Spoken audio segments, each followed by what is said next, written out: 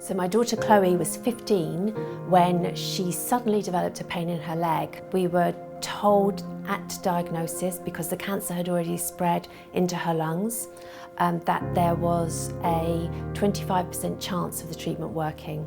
It was using drugs that were 30 to 40 years old. These were hard, heavy chemotherapy drugs. We'd run out of all options. There was one new drug on the table. But when we went to apply to get onto the trial, we were told there was a lower age range of 18. Chloe was 17 3/4.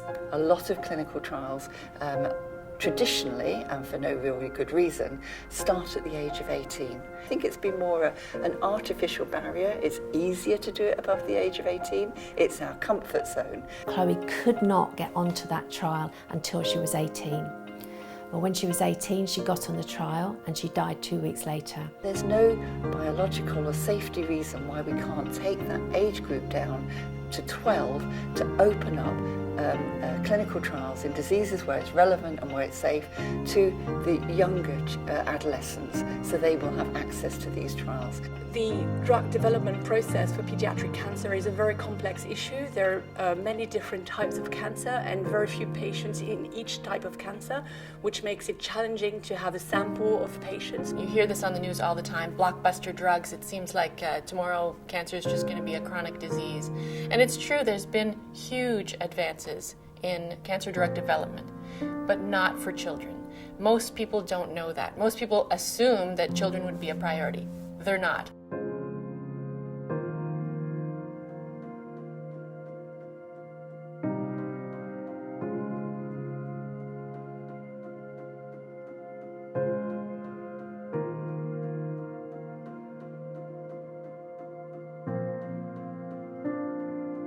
So the issues are complex, these things are, otherwise change would have happened. But there is one single thing that can be done right now that would make a massive difference for fewer children dying of cancer in the future, and that is to get rid of the 18 lower age limit to access clinical trials. We know now, more than we did many years ago, that it is safe to protect our children through research, if you like. They shouldn't be protected from research, they should be protected through research. The real problem of getting teenagers in adult trials is that it's a matter of mentality.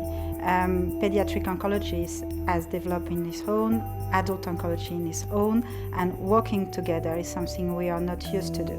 We need better and stronger partnership between the scientists, between the clinicians, and the pharmaceutical company, because clearly we need to significantly improve the way to choose, oh, this drug should be developed and this one should not. So the science is evolving, so as we learn more about the underlying drivers of pediatric oncology, and as we identify more targets that we can drug, that's one way that we will foster development of new agents, but also a willingness and an openness on the part of industry and to have this multi-stakeholder collaboration, so that when we do identify a target that's relevant in a pediatric malignancy, that we can foster the development of that drug. There is a need for coming together across Europe and even across the world. Parents, patient advocates, NGOs, we all have been working somewhat separately, and we need to come together and push for better and gentler treatments for children with cancer.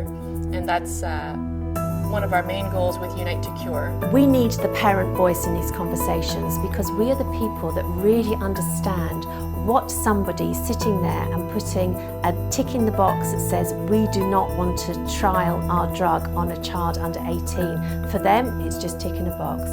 For me, it meant my child died.